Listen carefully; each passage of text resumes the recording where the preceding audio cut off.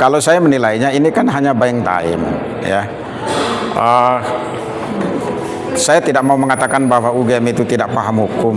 UGM itu kan salah satu universitas negeri perguruan tinggi terbagus lah, salah satu ya. Hanya mungkin dia, menurut kami menilai ya, kami menduga dia hanya mau mengulur-ulur waktu ya, agar orang yang mereka bela itu bisa berkegiatan seperti ini, menduga ya, supaya Jokowi bisa bersafari kemana-mana, itu aja sih. Ini duga.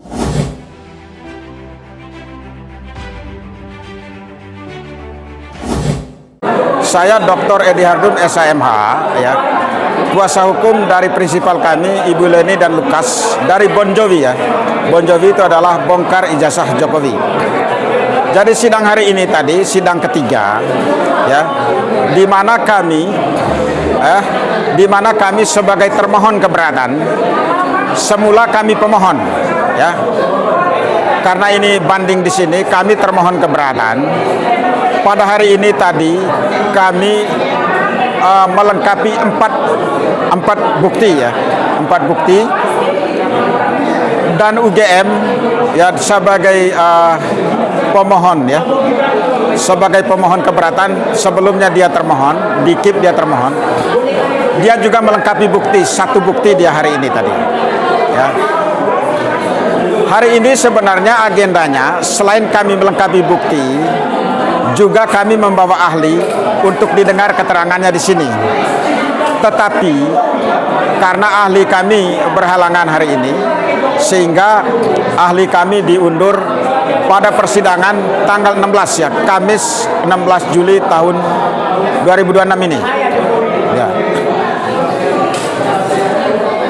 Lalu yang kedua yang ingin saya tambahkan bahwa UGM di sini dia sebagai pemohon keberatan, yang sebelumnya dia sebagai termohon, dia berkeberatan dengan putusan Majelis Hakim KIP, ya, di mana Majelis Hakim ini memutuskan, di mana salah satu isi petitumnya bahwa ijazah Jokowi itu yang digunakan untuk Wali Kota Solo, Gubernur DKI, dan untuk Presiden RI itu adalah informasi publik. Artinya siapapun bisa mengakses dan meliti ijazah Jokowi. Ya, karena itu saya sendiri mengatakan bahwa sebenarnya Jokowi begitu keluar putusan pengadilan KIP itu, dia datang ke Polda, ambil itu ijazah, tunjukkan ke publik bahwa Pak, ternyata putusan pengadilan KIP ini, bahwa ijazah ini informasi publik, makanya saya tunjukkan. Ya, itu yang pertama. Ya, UGM keberatan dengan putusan itu. Keberatan lain UGM di sini adalah dia mengatakan bahwa kami waktu mengajukan permohonan di KIP itu sudah kedaluwarsa, sudah lewat waktu. Ya, tetapi keberatan UGM ini ya ditolak oleh Majelis Hakim KIP dengan alasan Majelis Hakim KIP bahwa alasan lewat waktu itu diabaikan karena ijazah Jokowi itu adalah untuk kepentingan publik. Apa itu kepentingan publik? Yaitu keterbukaan untuk mengetahui ijazahnya itu apakah benar-benar, untuk mengetahui ijazahnya itu oleh publik, karena beliau gunakan untuk jabatan publik. Itu ditolak oleh Majelis Hakim dengan pertimbangan itu. Nah, kami menjawab dalam keberatan dia di sini, dalam jawaban kami, yang pertama kami persoalkan soal kompetensi absolut. Apa itu kompetensi absolut? Yaitu UGM ya, itu adalah badan publik, bukan badan publik negara. Karena dia badan publik, UGM harus mengajukan keberatannya bukan di Pengadilan Tata Usaha Negara, tapi di Pengadilan Negeri. Dan Pengadilan Negeri jelas bukan di Jakarta, tapi di Yogyakarta, yaitu di Sleman, di tempat kedudukan kampus UGM itu. Ya, itu yang soal kompetensi absolut. Kompetensi relatifnya, kami juga keberatan bahwa kalau misalnya dia mengajukan keberatan mendefinisikan UGM itu sebagai badan publik negara, bukan di PT UN Jakarta, tapi di PT UN Yogyakarta. Ya, itu keberatan kami. Lalu alasan dia ketiga itu bahwa ijazah Jokowi itu merupakan data pribadi yang dilindungi oleh Undang-Undang Perlindungan Data Pribadi. Kami mengatakan bahwa itu UGM itu alasannya mengada-ada. Kami tahu bahwa UGM paham Undang-Undang KIP, tapi dia sengaja menerabasnya. Ya, dia menerabasnya. Sebenarnya kalau UGM mengikuti Undang-Undang KIP itu ya, pasal 17 dan 18 ya, di mana di pasal 18 bahwa mengatakan bahwa ijazah yang dipakai untuk jabatan publik itu harus terbuka untuk publik. Tapi UGM ketika kami minta, dia mengatakan bahwa itu adalah dokumen pribadi, makanya kami mengajukan permohonan ke KIP, dan kami berterima kasih kepada Majelis Hakim KIP dalam putusannya ya, bahwa ijazah Jokowi itu adalah informasi publik. Jadi itu aja hari ini tadi. Terima kasih. Pak, dari Bapak yang tadi nyatakan kedua kompetensi dari relatif dan absolut itu, tanggapan dari hakim sendiri apa sih? Hakim itu kan dia bersifat pasif ya, pasif. Nanti kan dia lihat, dia kaji dokumen dari dua belah pihak ya. Dia kaji alasan kami, kaji juga alasan dia, dan apa sih parameternya putusan hakim itu?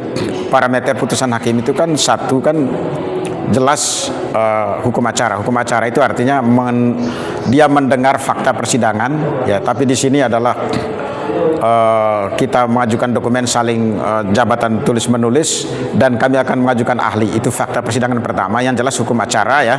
Di sini adalah hukum acaranya adalah peraturan Mahkamah Agung. Lalu yang kedua apa sih parameternya? Parameter yang lain adalah ketentuan perundang-undangan terkait ya. Misalnya undang-undang administrasi negara, kemudian undang-undang KIP sendiri ya. Terus undang-undang ketatanegaraan ya. Dan yang berikut adalah parameternya adalah doktrin, pendapat para ahli ya. Makanya kami nanti akan bawa ahli, karena dalam hukum ahli itu masuk dalam doktrin. Doktrin itu adalah salah satu sumber hukum, dan itu menjadi salah satu parameter hakim. Dan tentu parameter yang lain adalah keyakinan hakim sendiri. Dan kami berharap agar hakim mengabulkan permohonan kami dan menolak keberatan dari UGM. Karena ini kami berjuang untuk demokrasi Indonesia ya, untuk Indonesia yang demokratis, bahwa pejabat publik harus berkualitas, harus berintegritas, tidak boleh main ijazah palsu, tidak boleh data-datanya asli tapi palsu. Kami berjuang untuk menegakkan demokrasi dan hukum. Itu aja. Terima kasih. Untuk ahlinya di bidang apa Pak yang akan dihadirkan di muka persidangan?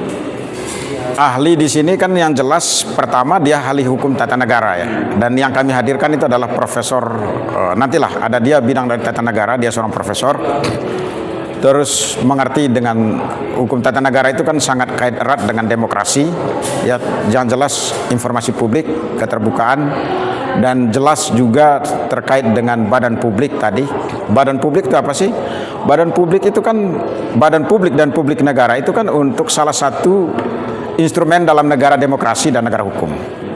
Itu aja, itu yang kami bawa. Terima kasih. Bapak melihat tadi UGM itu terkesan, saya nilai itu, Bapak nilai itu salah alamat ya Pak, karena berkaitan dengan dua kompetensi yang harusnya PT UN di Yogyakarta gitu kan. Iya, iya. Di Yogyakarta. Bapak melihat ini sikap UGM ini terkesan gamang atau dia tidak paham atau seperti apa Pak melihatnya?